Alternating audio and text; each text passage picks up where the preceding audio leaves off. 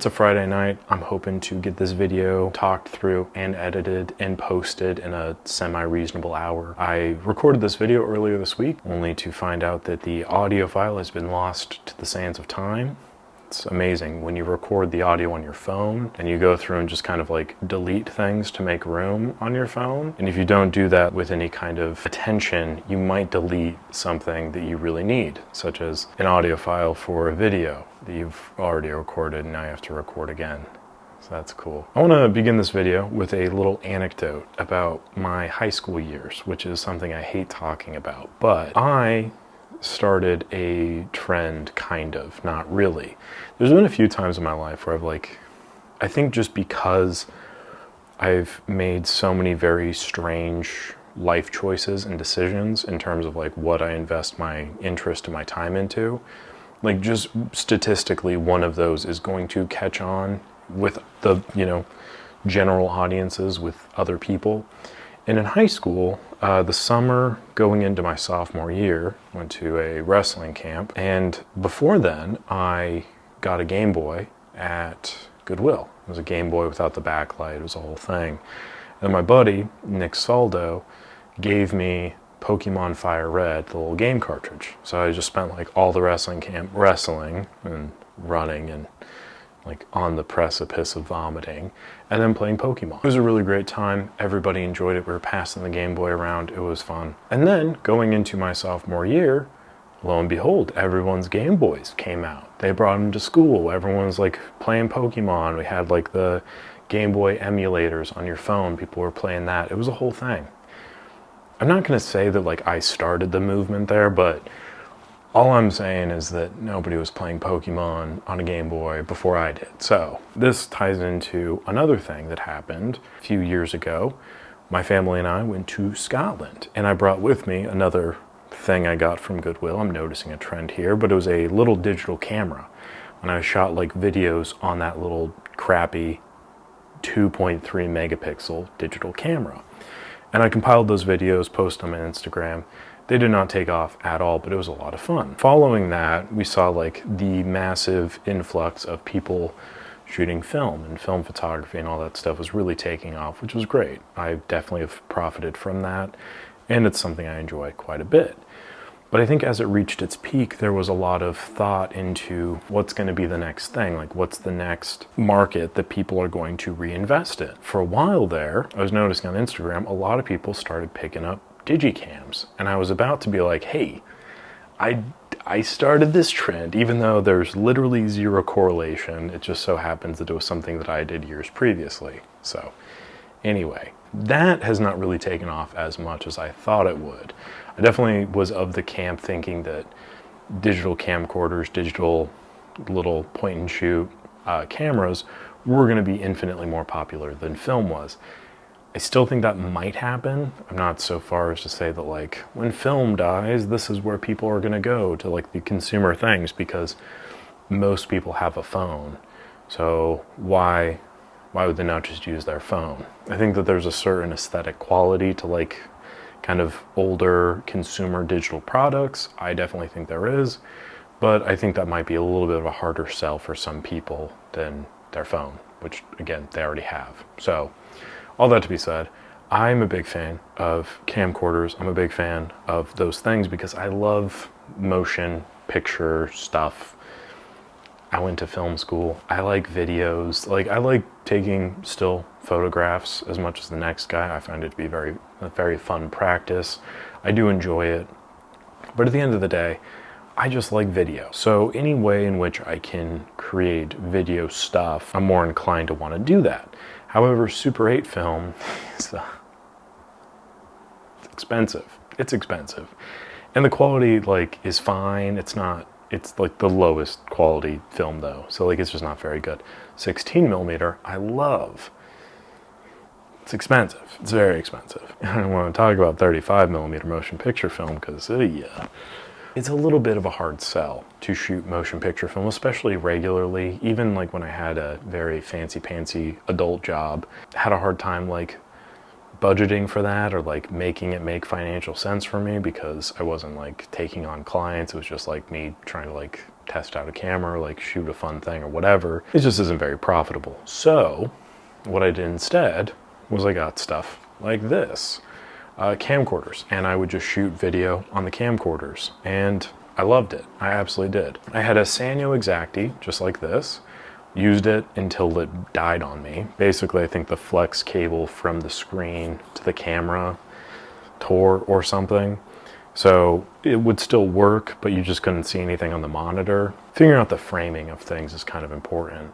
So I moved on from that. I got a little Samsung thing, which I talked about in a recent video. That also broke because there's a lot of plastic and stuff in there. The video quality in that though, it was too fine, like it was too sharp, and it kind of like, it felt very artificial, and it didn't have that kind of like soft, nostalgic feel that the Exacti footage has, where it's just like all of the colors are like hyper saturated and everything has kind of like this low quality, like gauzy glow to it. The Samsung stuff was just kind of like opaque and just kind of flat and like way too sharp. It still produced some fun images. It's just not the same. So I got one of these this past week because I've been doing pretty good about selling cameras and not buying new cameras. So I'm like,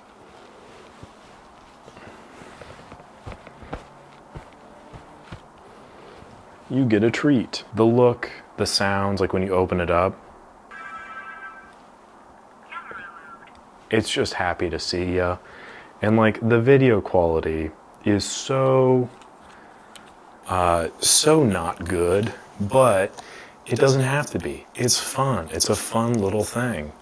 And it just kind of creates this nostalgic sort of thing for literally a fraction of the cost of Super 8 footage and Super 8 film, Super 8 cameras.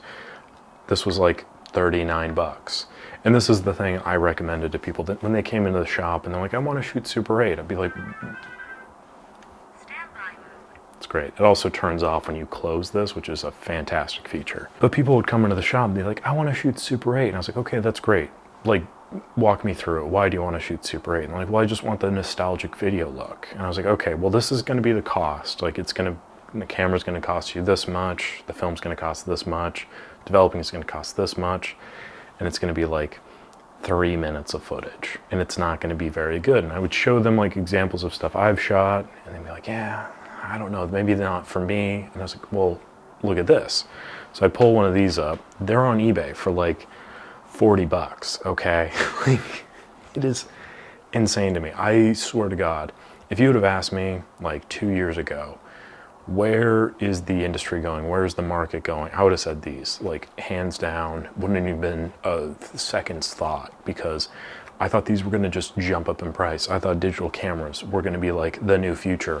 I was a little bit concerned about my film camera repair business because I thought that I would be selling so many people digicams and like consumer digital cameras that I'd be undercutting my own business, because I can't repair this shit. Obviously, the one that broke, I'm not gonna try to fix, but I digress.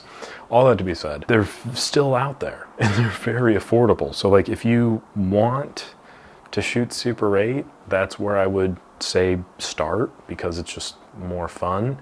If you have like very deeply rooted reasons as to why you want to shoot Super 8, then just do that instead and don't listen to me.